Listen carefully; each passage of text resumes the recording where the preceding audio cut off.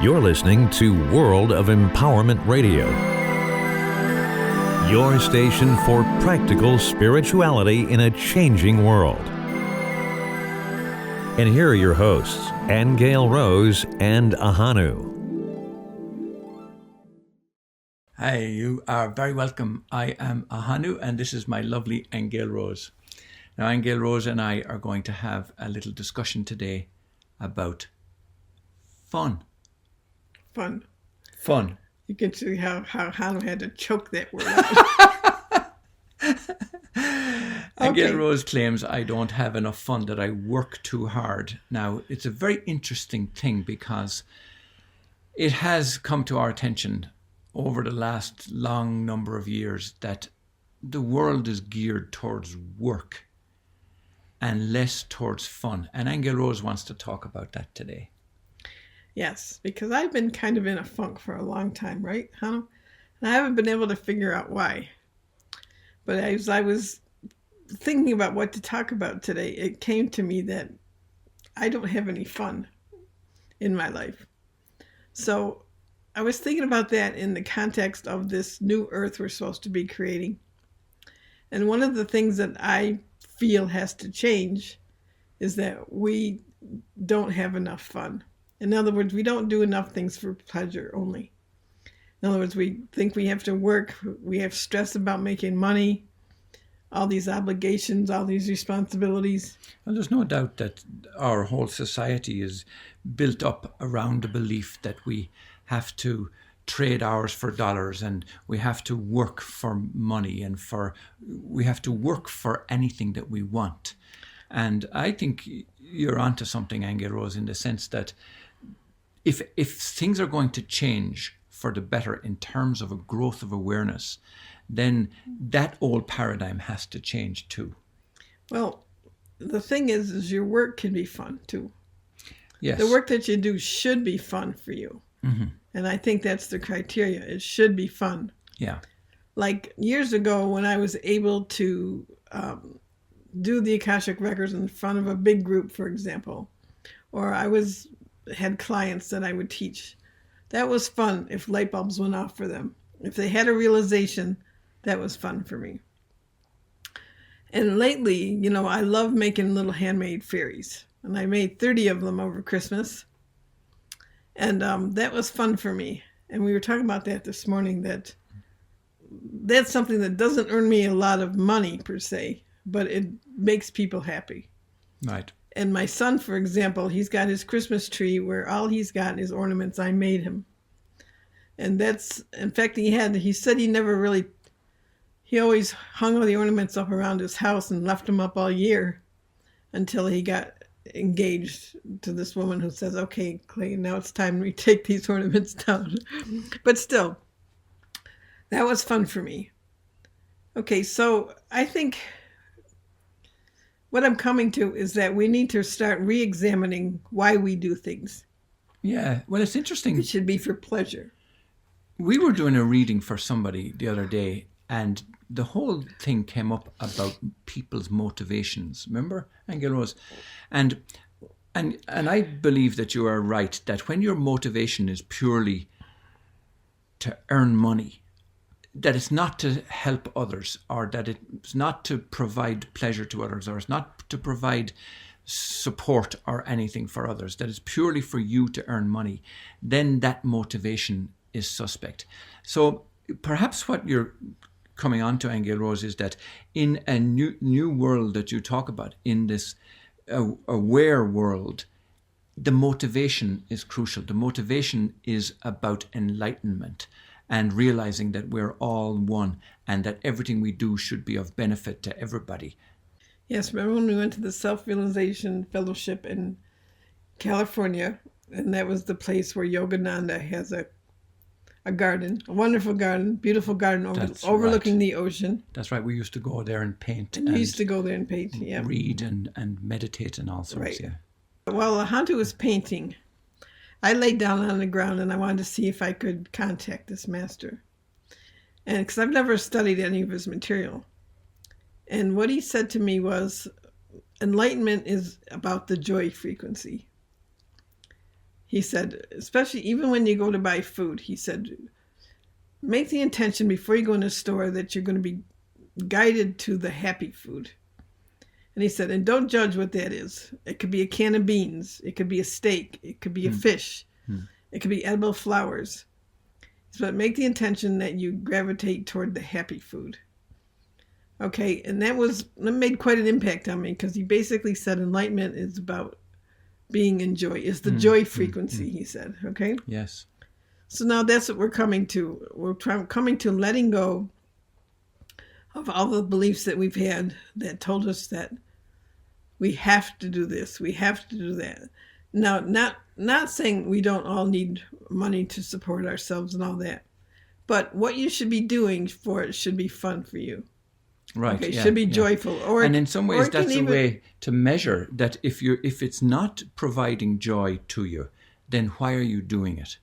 And then look at your motivations behind it. Yes. That's right. Because I think we're all universally stressed out about survival.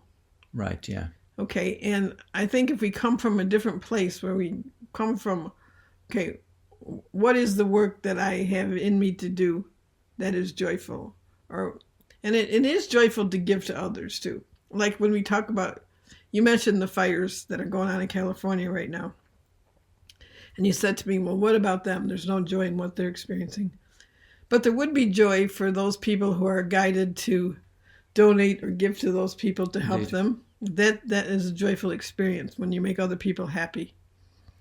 Okay, so, and I think that as a world, as a community, that's what we all need to have our attitude be. What will cause joy? What will bring joy to people? Mm-hmm. And so Ahonu and I were talking about some things that we could offer this year. Presentations that we can give with some of the material that we have that we haven't uncovered in years, that are fun things to do. Fun things. Like I know one of them is reading tea leaves, and that may not be fun for some people, but it was a whole lot of fun for me when I could see pictures in the teacup and talk to people. And yes. So we'll be offering how to read tea leaves. I don't know what some of the other ones are. Do you? Oh, we've got a lot of material over the years that we've collected that we haven't done anything with. Yeah, yeah. But our focus is going to be on what's joyful. And the other reason I'm mentioning this today is because with all of the stuff that's going on with the world, everybody's predicting this horrible 2-year period where we need to get our shit together and we need to learn to grow our own food and survive and all this. And it's basically fear-based and doom and gloom, right? But it could be that growing your own vegetables could be fun for you. Could be you could get a delight out of seeing those little plants sprout up out of the soil and digging your hands in the soil, and it could be fun for you. So that's something that to somebody else it could be work, somebody else though it could be fun. Right. But not to be coming from the place like I have to hurry up and do this, otherwise I'm going to die. Yes. Okay. And again, that comes back to the motivation, doesn't it? It does. Yes. Yes. Like our motivation for everything should be fun. Ahonu doesn't always agree with me on what I think is fun. Okay. Neither does she agree what I consider to be fun. Going to a really nice Goodwill shop that would have little trinkets for me to make my homemade fairies out of is fun for me. Or if any of you have any fairy wings that you don't know what to do with, send them along to me because I'm in need of fairy wings.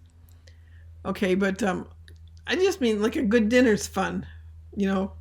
But if you don't enjoy cooking, it's not fun.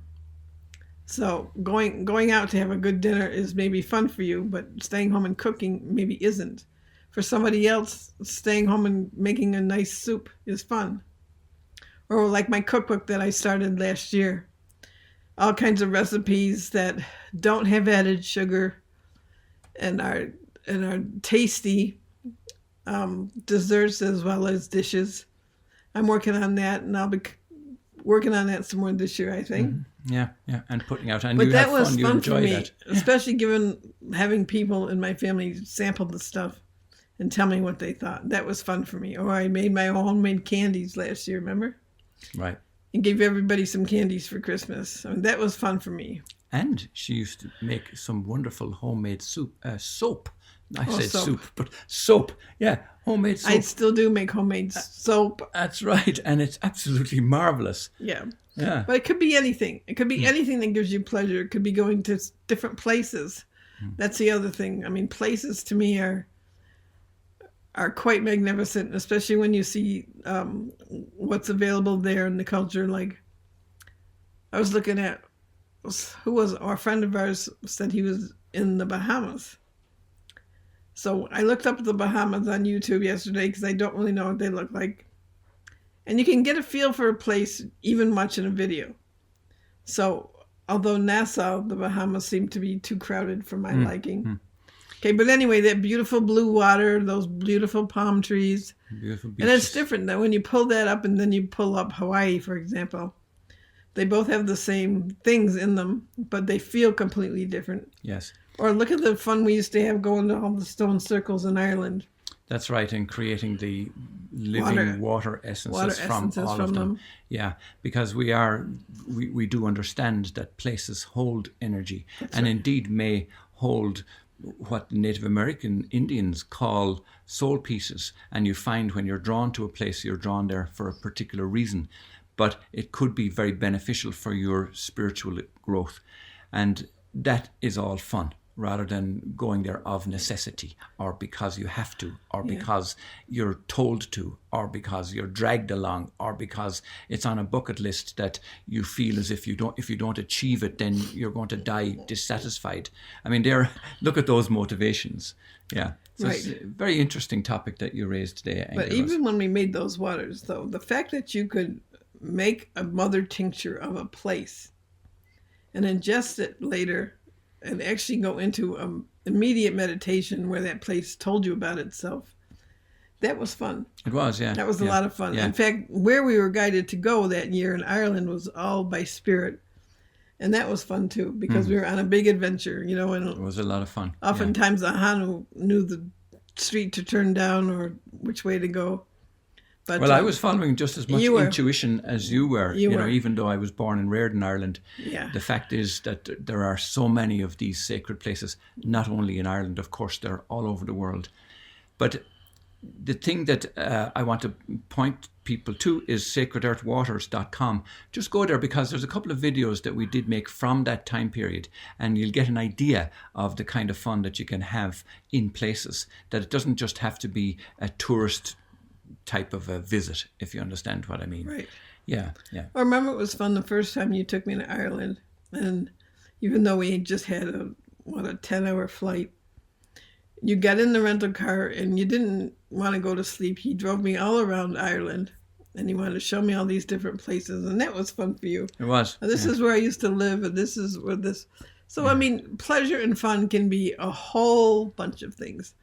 But the point is that we need to start focusing our attention on that. Like, what do you do each day that is going to be fun?